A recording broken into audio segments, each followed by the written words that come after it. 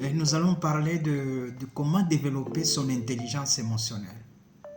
En d'autres termes, c'est vraiment la clé de succès sur le plan personnel et professionnel. Tout au long de cette vidéo, nous allons explorer les différentes facettes de l'intelligence émotionnelle et fournir des outils nécessaires pour développer cette compétence essentielle afin d'améliorer votre vie, votre bien-être et vos chances de réussir dans la vie.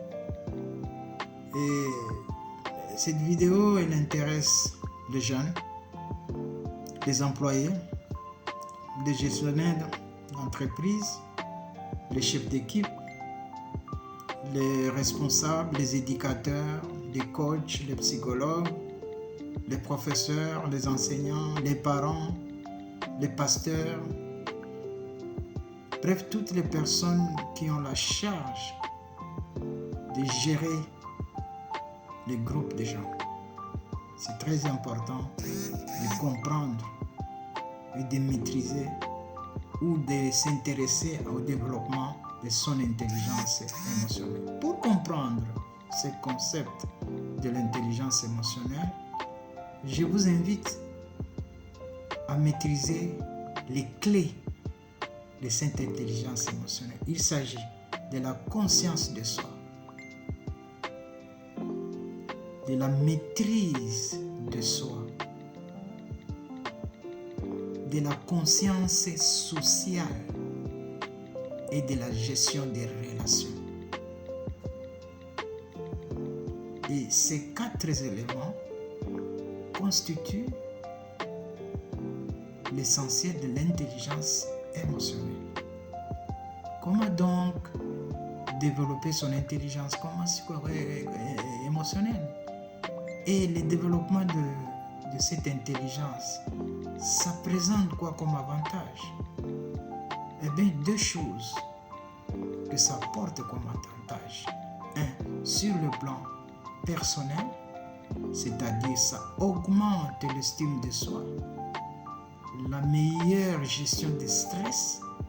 Nous sommes souvent des personnes stressées par ce que nous vivons autour de nous, en nous, des expériences que nous vivons, surtout des situations difficiles, des embûches, des difficultés, des obstacles de tout genre. Améliorer également la résilience. Comment résister à une situation de stock, comment rebondir et développer l'empathie, l'amour envers les autres. Le deuxième volet de cet avantage s'appelle les avantages sur le plan professionnel. Là où nous évoluons, nous travaillons avec les autres. C'est-à-dire améliorer la communication. Et j'ai toujours insisté que la communication, c'est un ingrédient extrêmement important. Je ne sais jamais de le dire auprès de mes collaborateurs, auprès de personnes avec qui je partage souvent l'expérience de la vie, tant en milieu familial qu'en milieu professionnel. L'intelligence émotionnelle, question qui nous réunit aujourd'hui, il y a des clés pour comprendre cette intelligence émotionnelle. Ces clés ne sont qu'autres que les éléments ci-cités, notamment la conscience de soi. Qu'est-ce que ça nous dit? Ça veut dire exactement. Vous intéresser à la question liée à la conscience de soi, c'est en d'autres termes développer une connaissance approfondie de ses émotions. C'est-à-dire le moment où nous avons peur, nous sommes tristes, le moment où nous sommes très joyeux, nous jubilons. Et surtout quand on est face à ses vulnérabilités, à ses faiblesses, à ses imperfections. Et des moments où on est joyeux, on est tout content, on voit ses forces, on est gagnant, on triomphe. Tous ces moments doivent être connus et être conscients de ses forces, de ses faiblesses. C'est ça la conscience de soi. Il y a également la maîtrise de soi. Quand on fait face aux difficultés, on est face des autres, on est emporté par ces émotions. C'est pas pour autant. On doit se permettre de poser n'importe quel acte. Il faut à un moment donné être capable de maîtriser sa peur, de maîtriser sa joie extrême, de maîtriser sa tristesse. On ne peut pas aujourd'hui croire que l'événement qu'on ne prévoyait, on imaginait qui arrive, que le monde s'écroule surtout. C'est se maîtriser, c'est se développer cette capacité à résister, à s'adapter, à trouver une autre issue. Et au lieu de réagir de façon impulsive, de façon dégoûtante, de façon décevante. Et la conscience de soi, elle est une clé sociale plutôt, je voulais dire. La conscience sociale, c'est une clé parce qu'elle permet de prendre les émotions des autres et les besoins des autres, surtout ça. C'est très, très important. Et c'est ça même le signe de leadership, le signe de quelqu'un qui est responsable. Améliorer ses compétences en communication interpersonnelle. Donc, souvent, nous avons cette faiblesse. Par moments, l'on pense que quand on parle, on répond aux gens et que l'on communique. Attention, la communication a des règles. Quand vous parlez, sachez que vous prononcez, vous parlez avec une voix, comme je le fais. Et votre voix est accompagnée des gestes. Et il y a des gens qui vous écoutent. Il y a la personne qui parle. Donc, la communication, il y a là le message, le messager et l'audience. Et la voix, le style, les gesticulations comptent beaucoup. Donc, nous allons également aborder la question sur les stratégies. Et voici les stratégies pour développer son intelligence. La première stratégie, c'est l'auto-évaluation. Souvent, on est dans la vie de tous les jours. On sort, on va au boulot, on rentre, on va dans telle activité, le lendemain, on dort, on se réveille, on se relance, on parle, on rentre. Et des moments, nous manquons un temps d'avoir le rendez-vous avec nous-mêmes, nous auto-évaluer, nous scanner nous-mêmes pour essayer un peu de parcourir ses prouesses, ses forces, ce qu'on fait bien, c'est les moments où on a été gagnant. À un moment, réfléchir sur ça. Réfléchir également pendant les moments de faiblesse, les moments où on est tombé trop bas. Et quand on a cette capacité de s'auto-évaluer, et j'aime bien un principe, la loi qu'un auteur célèbre en leadership, John Maxwell, dans son ouvrage Les 15 lois inestimables de la croissance, il parle de la loi de la réflexion. Et cette loi de la réflexion invite, si vous voulez vraiment l'appliquer, il faut avoir un endroit calme de votre choix et un temps précis pour mener une réflexion. Avoir le rendez-vous avec les I comme incubation, I comme illumination, I comme illustration. Donc, vous faites avec tout un ensemble de questions profondes que vous vous posez sur votre vie. Vous essayez de vous remettre en cause de manière à ce que vous puissiez davantage mieux faire dans la vie.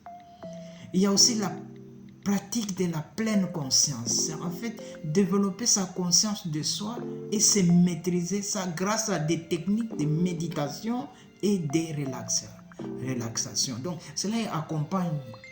Et j'aime bien les sportifs, les athlètes, c'est des gens qui ont des moments, des coachs qui les entraînent, qui les encadrent.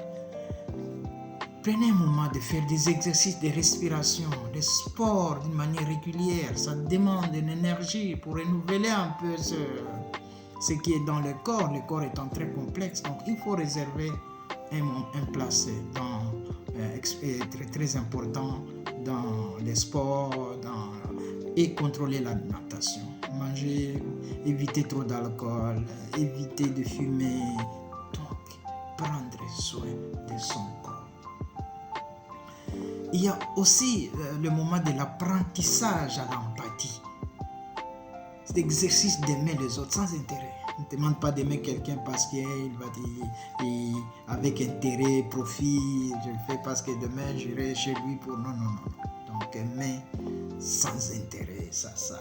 Être toujours prêt à servir les autres. John Maxwell, ça je vais pas passer mon mentor, il dit donner de la valeur aux autres. C'est très important. Et aussi améliorer sa communication, je le dis.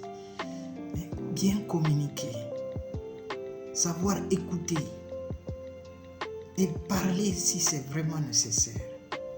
Ne pas s'épuiser et perdre de l'énergie à parler de tout, de rien, sans être précis, sans un objectif.